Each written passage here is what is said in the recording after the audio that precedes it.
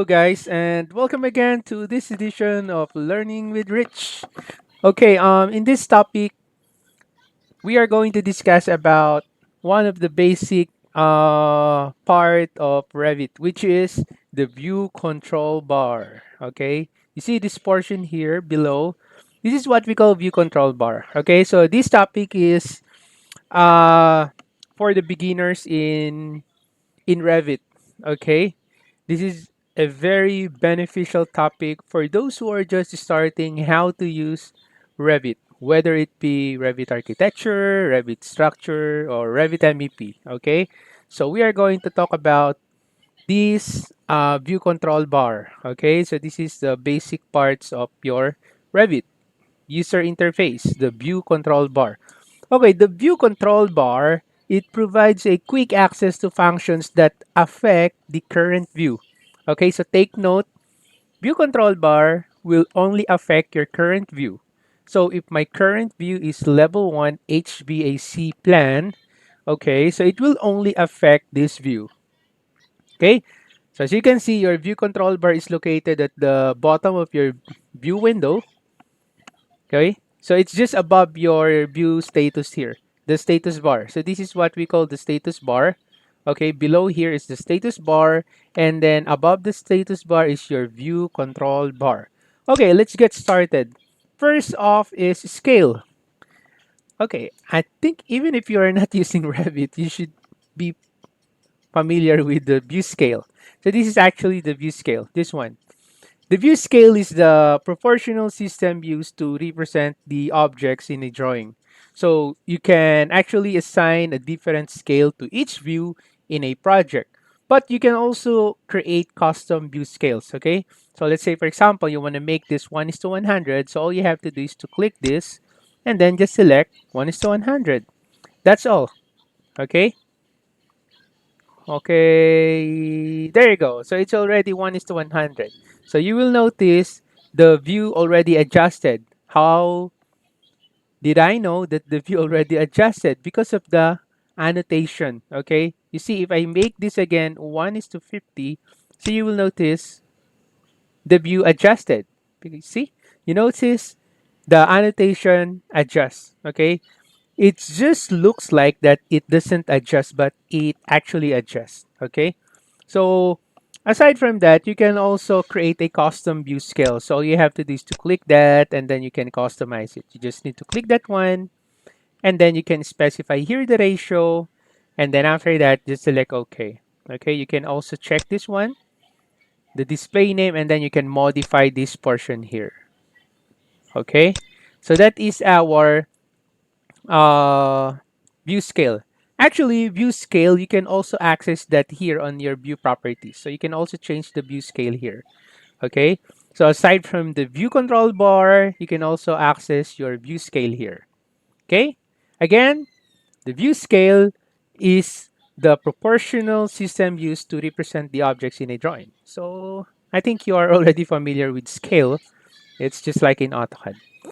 The next one is your detail level. You see this one? This is the detail level. Okay. So the detail level, you have different options when you click the detail level. Okay. So you can set the detail level of newly created views based on a view scale. Okay. So let us try to explore the detail level when it comes to MEP. Okay. So currently, my current view scale here is medium. So if I'm going to change here the view detail level, let's say I'm going to select here coarse, you will notice that it will affect your duct and then your pipe. Okay? Your duct and pipe is affected when you change the detail level to coarse. Okay? So that is what will happen. So it depends on you. So if you want to make your duct or pipe shown in your view as a single line, so all you have to do is to change your detail level to coarse. Okay, so you have different options for your detail level. So we have fine, we have medium, and then we have a coarse. Okay, right? So you will notice it affects your geometry for MEP. It affects your pipe, your duct, your cable tray. Okay, so just take note of this one. So this is our duct, and then this is our pipe. You see, if I change my detail level to medium, it will not affect your duct. So you can see the duct is 3D. Okay, so it's in 3D view. So if I change my detail level to fine, your duct and pipe is not affected. Okay, let me just turn on the thin line so that you can see your pipe. So I select this one. Okay, you see? So this is my pipe and then this is my duct. So if I change my detail level to medium, what will happen is your pipe will become single line. But your duct, it's not affected. But if you're going to change your detail level to coarse, check this out. Okay, so your duct and pipe is affected. Actually, your cable tray is also affected as well as your conduit. Okay, so that's why there are some instances wherein you are wondering, hey, why is it my duct? Why is it my pipe? They are showing us a single line. What happens to my model? Okay, so the reason is that probably you have changed your detail level to coarse. That's why you will notice all your pipes, all your duct, it shows single line. It's because of your detail level. Okay, let me just make it fine again. Okay, so the next part of your view control bar is visual style. Okay, so the visual style. So visual style is just like the visual style in AutoCAD. Okay, so you can specify many different graphic styles for a project view. So visual styles are grouped into model displays, shadows, lighting, photographic exposure, and background option. Okay, so you have these different types here. So the wireframe style displays the image of the model with all edges and lines drawn, but with no surfaces drawn. You see? It's just like this. Okay, so this is useful if you want to see the elements behind, let's say, for example, your dock, let's say, for example, your wall. Okay, you can make your visual style wireframe. Wireframe, okay? So the other option here is hidden line. So when you say hidden line, so the hidden line here style displays the image with all edges and lines drawn except those obstructed by surfaces. Okay, so as you can see, it looks like this. So this is actually the type of visual style that most of the time I've been using. Okay, because it makes the file size not that big, so you can navigate your view easily. It's not laggy. Okay, so you can move your 3D model without too much hanging. Okay, so I prefer the hidden line visual style. So the other one is shaded. Okay, the shaded style displays the image in shaded mode and has the option of displaying indirect light and their shadows. So as you can see, if I select the shaded here, there you go. Okay, so it shows some part of the object. Okay, with shadow and lines drawn. Okay, indirect light and their shadows. Okay, so that is your shaded view. The other one is consistent colors. So the consistent colors style display the image with all surfaces shaded according to their material color setting. So if you have a material color setting for, let's say, for example, on your wall, on your furniture, on your dock, on your planting, okay, you can make it consistent color. Consistent color is not affected by indirect light and shadow. Okay, so that's your consistent colors. Second to the last is realistic. So the realistic style displays material appearances in editable views. So it will show you the realistic material that is applied in your model. So I'm using here Revit MEP model. That's why we can't see that much realistic in this view without so much colors, without the colors aside from gray. Okay, but if I'm gonna change here the discipline, where is the discipline? Okay, let's say I'll change this to architectural. Okay, so let's wait. Okay, so this is now the architectural view. As you can see, it shows your view realistically. Okay, with all the materials applied to your model. Okay, in realistic view. But I do not prefer this view. I only use this view if I want to do some presentation or conceptual designing. If I just want to show to the client the conceptual model with the materials applied to my beam. Okay, so I can use realistic, but when I do the modeling, when I'm on the work in progress stage of my modeling, I do not use the realistic because it's quite slow. Okay, if you apply all the material realistically to your element, you will notice your model will become sluggy. Okay, so I do not use that. Like what I have said, I prefer using hidden line. Okay, so that's your realistic. And then the last one is the ray trace. Click this one, and then you can see there the ray trace, right? Ray trace, it renders the model in a photorealistic mode that allows panning and zooming. Okay, again, I do not use this one. I only use this for visualization. But for work in progress, I do not use this at all. Okay, so basically what it do is it render a model in a photorealistic mode that allows you to pan. See, you can pan, and then you can also zoom in, zoom out.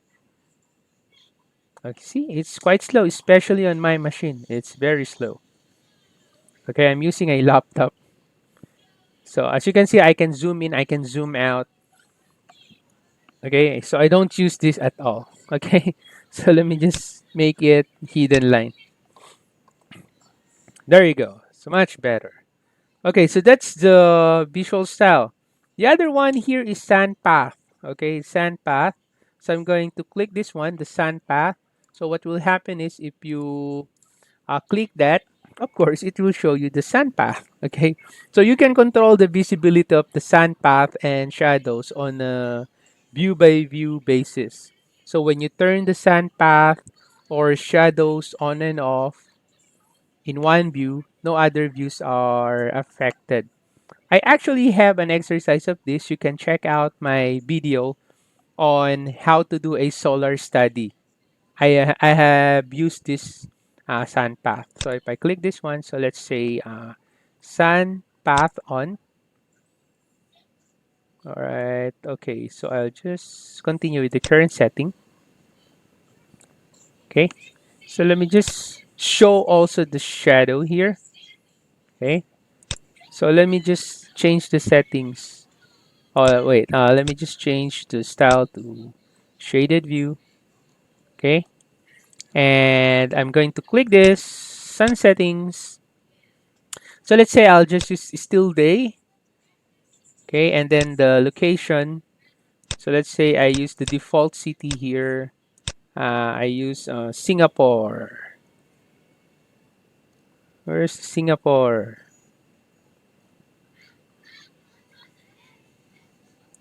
There you go. And then you can specify the time. So let's say AM. Let's say 11. And then I select here apply and then okay. There you go. So there's your sun path. Okay. And it also shows the shadow. So you can click that if you want. You can actually drag that. Okay. So as you can see, this is your sun path. And then the shadow here. Shadow is turned on. Okay.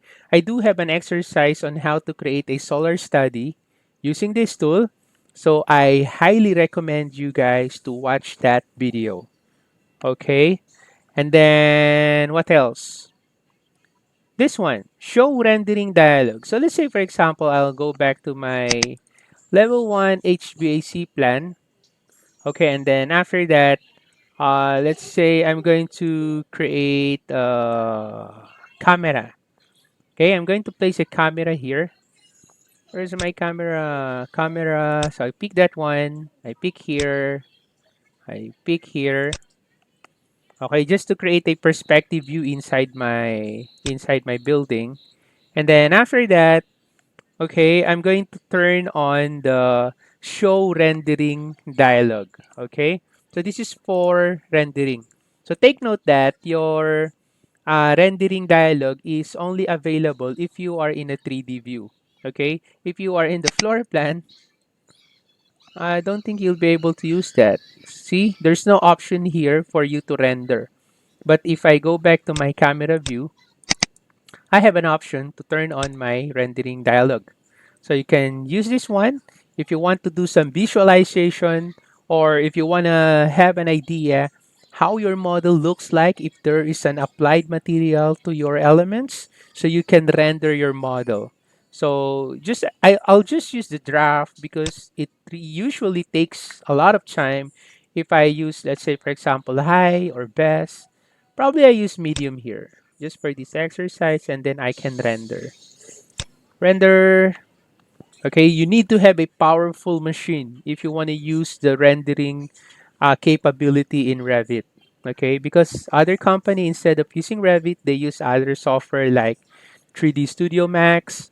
What else? Maya. So those are the uh, rendering a software that they are using. But you can actually do it here in Revit.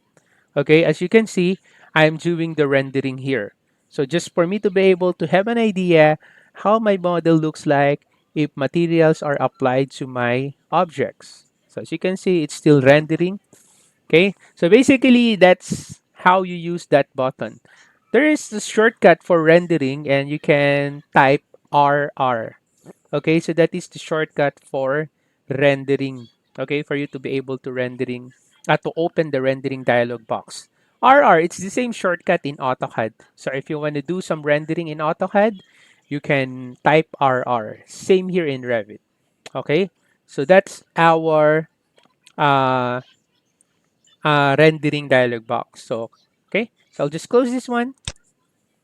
Again, I do have an exercise on how to do some visualization using the rendering here. Okay, so because what I'm doing right now is I'm just showing you to those beginners what are these tools here below on our view control bar. Okay, so after the rendering dialog box, okay, this one, crop view. Okay, crop view, most of the time we use the crop view in conjunction with the show crop region here. Okay, we use these both. Okay, so they are partner. Okay, so let's say I'm going to select first show crop region. So I click this one. Okay, so you will notice it will show you here the crop region. So this is actually the crop region. So if you click that, there's a color blue buttons that will appear at the four sides of this square here. You can actually use that to resize your crop region. Okay, so if I'm going to click this one, because currently it is turned on, so if I click this one, it will turn off, right? So you see there's a small X there. But as you can see, my crop region here is turned on. You see there's a bulb. So if I click that again, it says hide crop region. So if I click that, it will hide the crop region. But if I move again my pointer to that, it says show crop region, which means if I'm going to click this, it will show me the crop region. Notice that my crop region here is turned off. So if I click this to adjust, let's say, oh, I only want to show this portion of the building. So what I can do is I can click this one and then I drag it above just like this. And then you can resize it. Okay, there you go. There you go. And then after that, so what you can do next is you can now select this one to turn on. So as you can see, if I hover my pointer over that tool, it says crop view. So meaning if I click this one, it will crop the view. Okay? So it will crop the view. Okay? Right? So if I'm going to hover my pointer here, It says what? It says do not crop view. Okay, so do not crop view. So meaning to say, if I click this one, it will not crop the view, right? Although the crop region is still visible. So that's how you use it. It's either you crop the view or you do not crop the view. Okay. So my practice here is if I want to crop the view, let's say for example, I want to show this portion, what I do is I just turned off the crop view first, and then I turn on this, and then I am going to adjust it, okay, so that I still can see the model, okay, and then after placing my crop region, or I mean the crop boundary to my desired location, okay, so that's the time I crop the view. There you go. Okay. And then after that, you can now hide the crop region. There you go. Okay. All right. So that's how you use your crop view and crop region. Okay. All right. Anyway, let me just turn off or select do not crop view. All right. Now the next one is what's the next? Okay, temporary hide isolate. Temporary. So it's just temporary. If you want to hide an element temporarily, so you can use this tool. If you want to isolate an element, you can use this tool. Okay, let's say for example, I'll do it in the 3D view. So I go to the 3D view. So let's say, okay, let me just turn off the sun here, as well as the shadow. Okay. All right, let me just make it hidden line.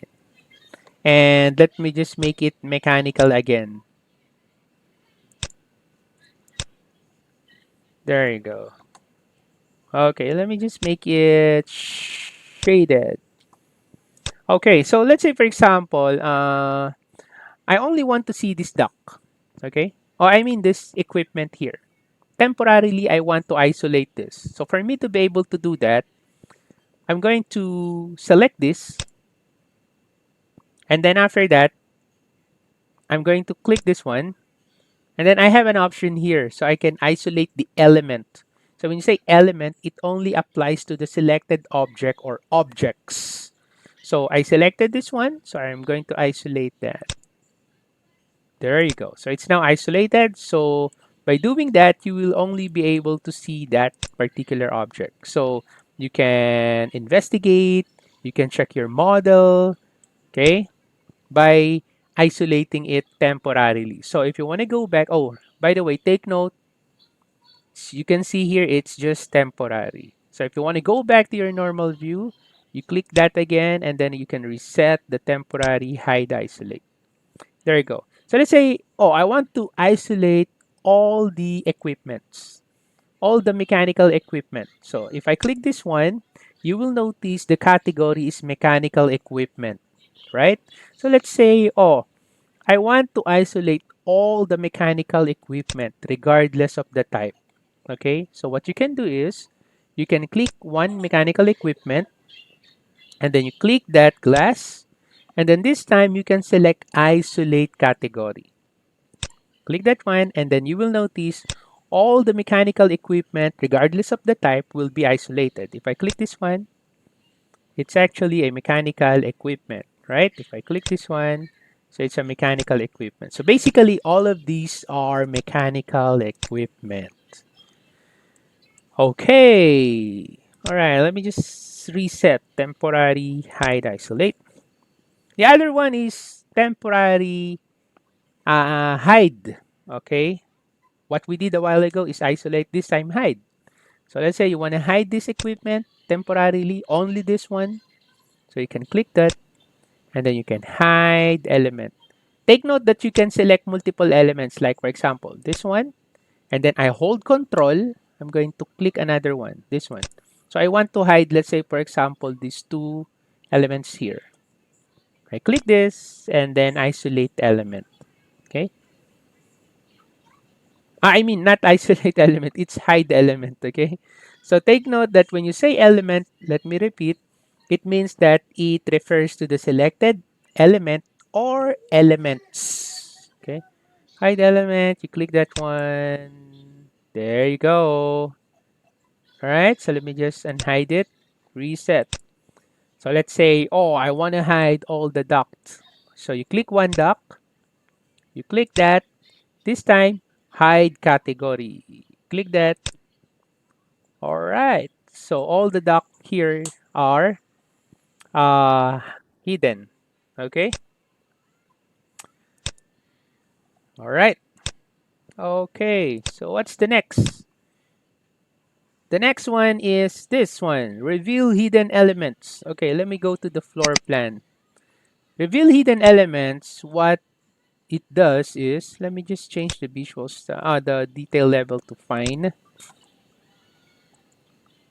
Okay. So let's say, for example, I want to hide this not temporarily because this one we use this to hide temporarily. But there's an option here wherein you can hide this not temporarily. Okay. How to do that? You just simply select the object and then right click, and then you can see there's an option there. So hide elements. Again, when you say elements, it refers to the selected element or elements. Category, it refers to category. Okay, so I just want to hide this dock, so I'm going to select element. So as you can see, this one is not temporary. There is no boundary here, or there is no name here that says it's a temporary. Okay, so it's not temporary. So what's the use of this one? So what does it say? What's the name? It says here, reveal hidden elements. So if you have any hidden elements in your view, so let's say, for example, your colleague gave you a Rabbit model, and then you want to check what are these elements that is currently hidden in that view, then this is your friend. Okay, so this is the tool that you're going to use. You can select reveal hidden elements. Let me just zoom in here. Okay, so I'm going to select this bulb, click that. There you go. You see? Actually, there's a lot of elements that is hidden in this view. All the electrical elements are hidden in this view. And also this one. This is the one that we hide, right? You will notice that the elements that are colored red or maroon, they are actually elements that is hidden in your current view. Just like our duct here. So it is hidden. You see, the color is maroon. So if you want to unhide this duct, what you can do is you can click that duct, you click that, and then there's an option here, unhide element. So you just need to click that and then select here modify to deselect the object. And then you will notice it is no longer colored maroon, but it's already half-tone color. So meaning to say, this duct is already revealed in your normal view. To go back to your normal view, all you have to do is to click this one. Or you can click that again, right? All right, there you go. So that's how you use your bulb here. The other one is temporary view properties, okay? If you do not want to touch the current settings of your view, but you want to do some testing, okay? You want to do some testing, meaning you want to modify your current view without actually modifying the original view. You just want to temporarily modify the view to do some testing or to do whatnot, okay, in your view. Okay, let's say this is the view that you want, okay? You do not want to modify this, but what you want is you want to use this view temporarily and then you want to modify it, okay? So I do not want to modify these views, but I want to do some experimentation on different views setting. Okay, so for me to be able to do that, I can use here temporary view properties. So if you enable this one, okay, so let's say I'm going to enable the temporary view properties.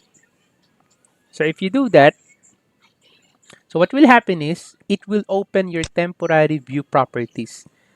You are now in this view wherein you can modify the view properties without worrying the settings of the original view a while ago. So let's say, for example, I was just wondering how it will look like if I am going to apply here the view template plumbing. So let's say I have a plumbing view template.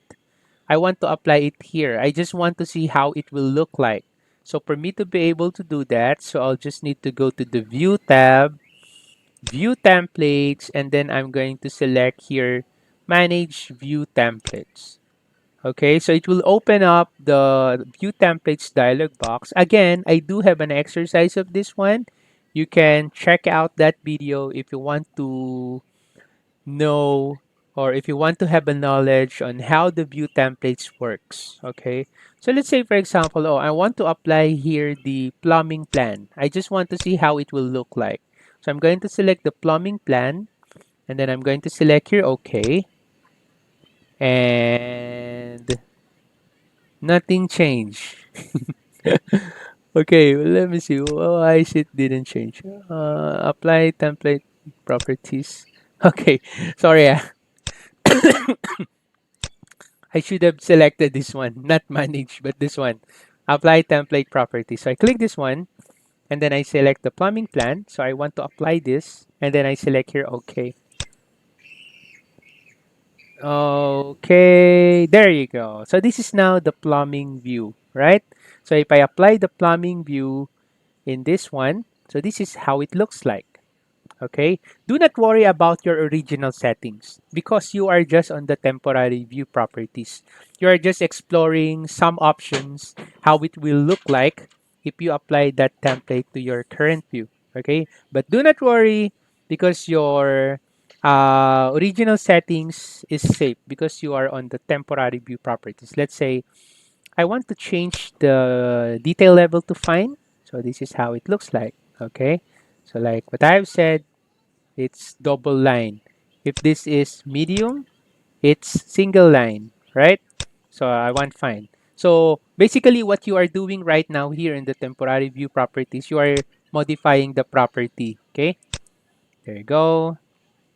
Okay, now let's say for example, you are now done exploring options on the views of your current view. So what you can do is you can now click that one and then you can now restore the view properties. You just need to click that and then voila. So you will be going back to your original view with your original settings. Okay?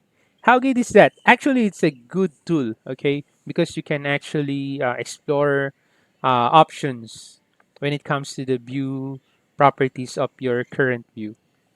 This one, most of the time we use this analytical model. We use this in structural model. If you have some analytical elements, so we use this one. You can hide those analytical model or you can unhide it. Okay.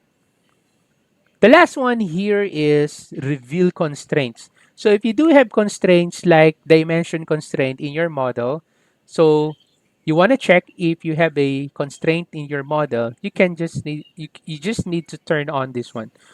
So let's say for example, I'm going to add a dimension here. Dimension, I click this, I click here. So let's say I'm going to put some dimension. Okay, dimension. Okay, there you go. Now, let's say I want to constrain this one. So I'm going to lock it. I'm going to lock this one. I'm going to lock this one. So basically, I have here three dimensional constraints. Then I select modify. At first look, it doesn't seems like I do have a constraint.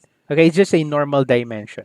Now, for you to be able to check if your view has constraints, then you just need to select this one. You just click that to reveal the constraints. And there you go. You see, it's colored red. Okay, colored red. So meaning to say, these dimensions that we have here, they are constrained. Okay, so basically, this is how the close reveal constraints work. So if you click that, you will go back again to the normal view. All right. Okay. So basically, this is how your view control bar tools works. The basic things that you need to know about your view control bar. So hopefully you learned something from this video. If you have any comments, questions, and suggestions, you can put it on the comment section below, and I'll get back to you as soon as I can.